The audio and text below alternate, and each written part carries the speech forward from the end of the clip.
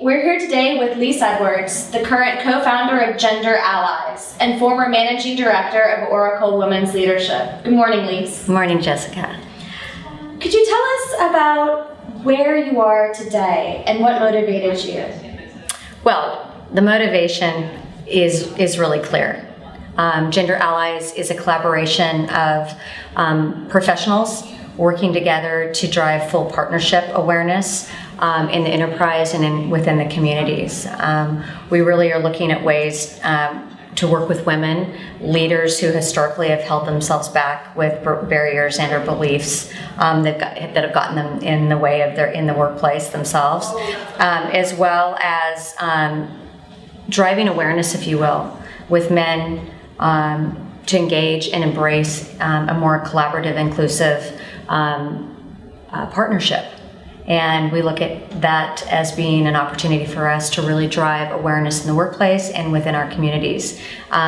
Very exciting. The work that I've done in the past has really led me to believe that engaging men is really the key as we move forward in support of women, advancing and supporting women in the workplace. As the managing director of Oracle Women's Leadership for the past 4.5 years, is exciting, and we did some amazing work with the local volunteer executive women, really in support of professional development as an inclusive initiative within Oracle.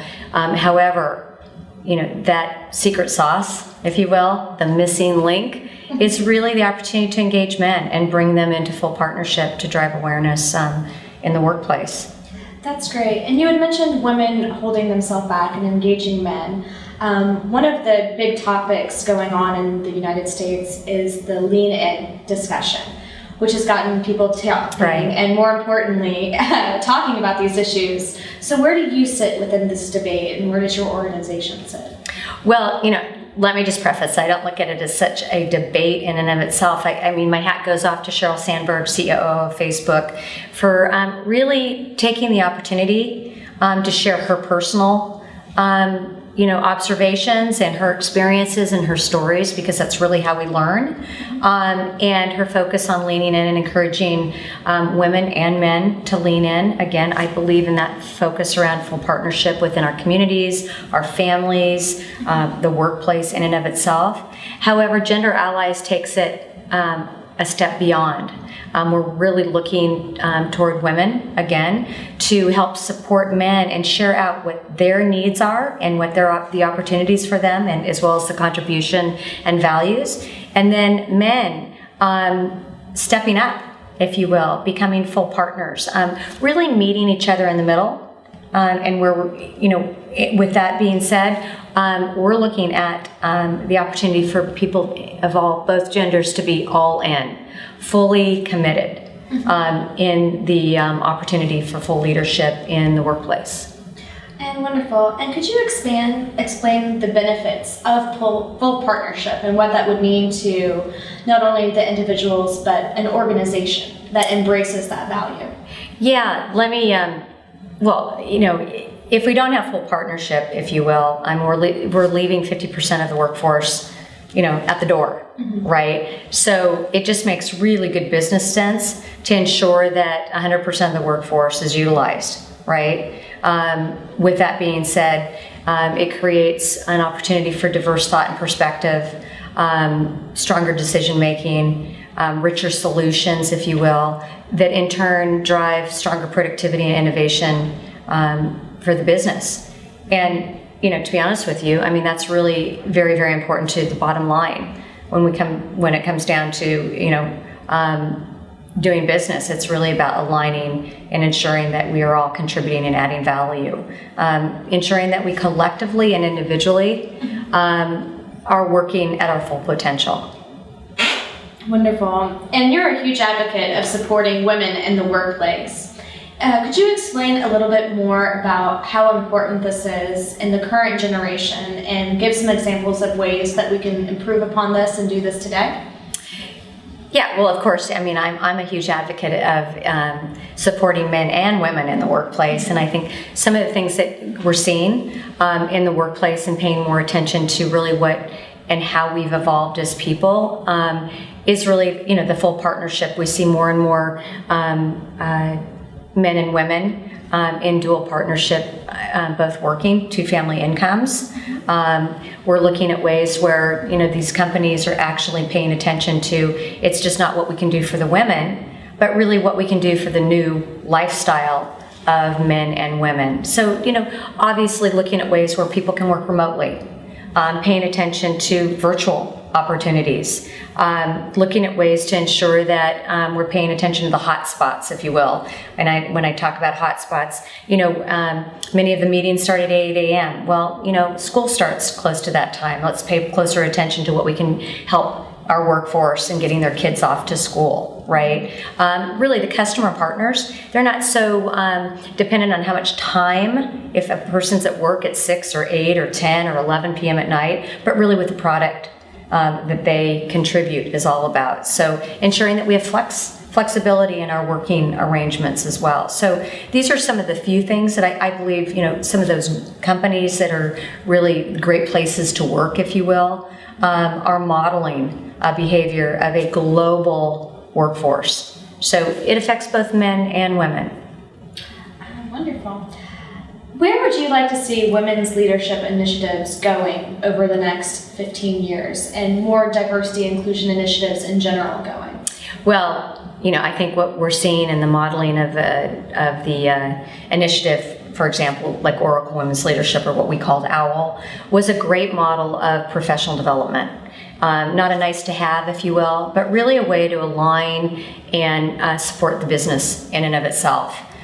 Supporting internally your employees' advancement and support of their growth, right, through professional development, through networking, through creating mentors and sponsors, and just as important, the external focus, which is with our customers and partners. So with that, I really am looking at, and I'm seeing more of this happening, that the affinity groups, or ERGs, or employee resource groups as they're called, are really mapping and adding and contributing to the bottom line again, aligning their work and their efforts, not only internally, but with the communities, and driving that awareness and support, and driving productivity and innovation through their partnership. Hope to see more of that. Yeah. You've spoken about mentorship. Did you have a mentor who helped you along the way?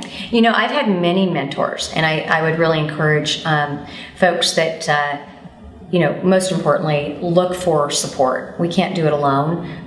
The very reason why networking and initiatives like women's leadership initiatives or ERGs are important to the workforce, because in and of itself, we don't know it all, and people that have paved the way ahead of us are great advocates and support mechanism for us. So I myself had a handful of mentors that were really diverse in their thought and perspective and knowing me and the direction they may coach me, if you will.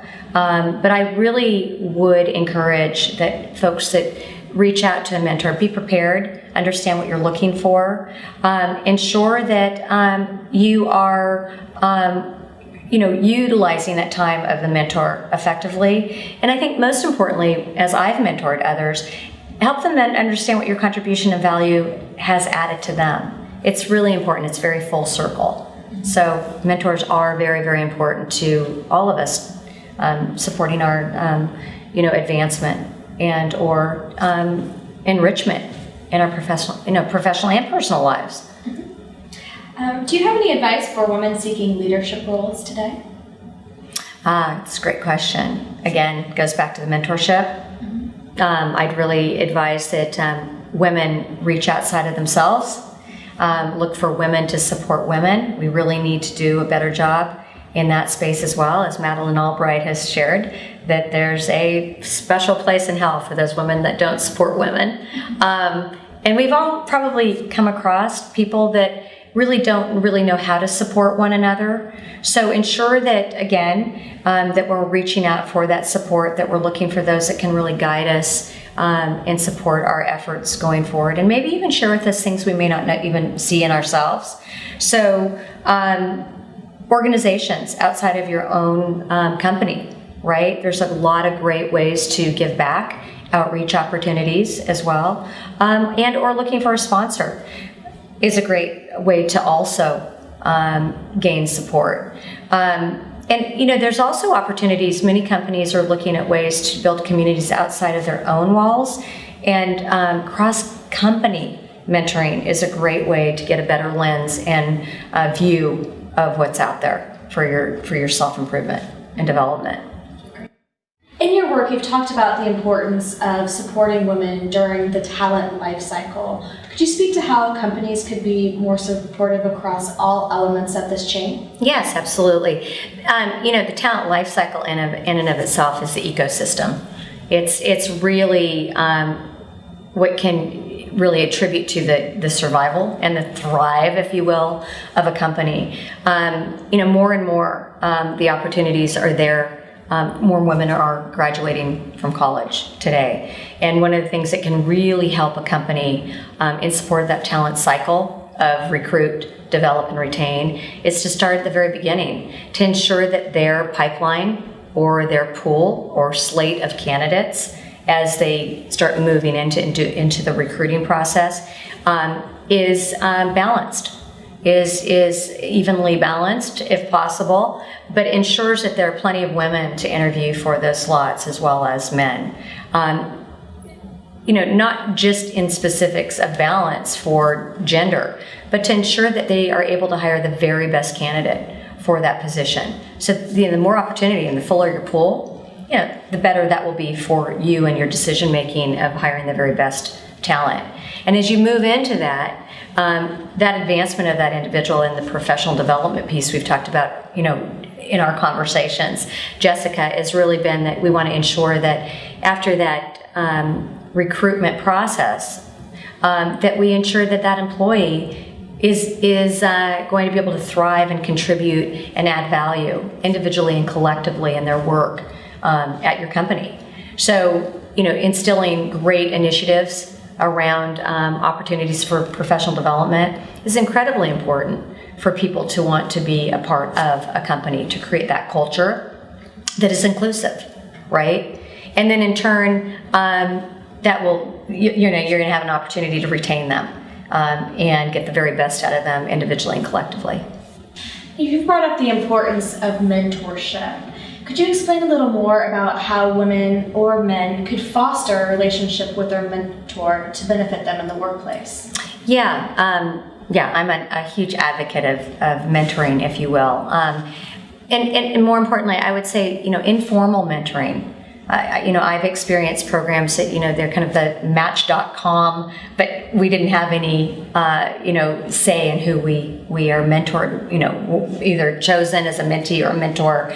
So with that being said, I think it's really important for us to take responsibility for, growing our own community of mentors, right? I don't think there's a one mentor as we move through and transition through our own professional development, if you will. So looking at ways to really unlocking our own full potential in providing mentorship or gaining a mentor, I think most importantly is be prepared, understand what you're looking for, right? Assess the potential of what a mentor can offer, right? In addition, be open to the learning. I think that's really, really important because you're going to get a lot of diverse input and feedback, but most importantly, be open. And lastly, I think really value. It's important to value that feedback, that input, that guidance, and ensure that you come around full circle and let that mentor know that those contributions and value were valued, if you will, right? Because in the long run, I hope that that's a learning model, the mentoring piece. So as we are the mentees, that we pay it forward as we move through our own development and we turn back and either reach out to the sides or down and look at ways to, like I said, pay it forward. Wonderful. And do you have any examples from specific industries that are doing this well or areas that could be improved in other industries? As far as cross-industry, Jessica, I think more and more companies are really seeing and seeking out the value of mentoring. One thing that I have been seeing, especially in the tech community, and even had the opportunity to experience and contribute is really cross-company mentoring. I think more and more companies, if they're not, should really look at the value of cross-company mentoring, because it really opens up the opportunity for, one, gaining and strengthening relationships you might already have within might be your customer partner base. If not, there might not be models inside your own company. So it gives your women the opportunity to support and advance their own development with other women, right? Outside our company. And it's just a nice holistic way to approach professional development. Do you see any opportunities for the United States and New Zealand to collaborate around some of these topics?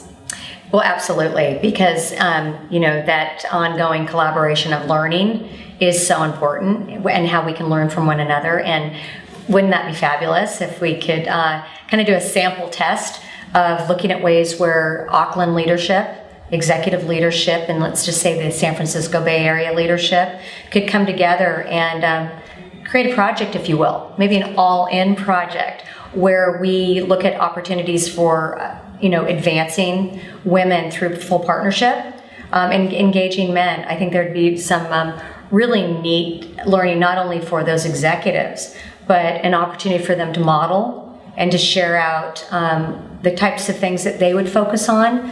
I mean, obviously it's not a one-size-fits-all, so it'd be a really neat opportunity for them to share out and experience. I mean, we need their support. We need their buy-in, and we need their full partnership, if you will, to make a project like that happen. But I put the challenge out to those executives, and let's follow up on that. Thank you. That sounds great. Well, we'll certainly follow up on that idea. And thank you so much for being with us this morning. It's been a real pleasure. Thank you.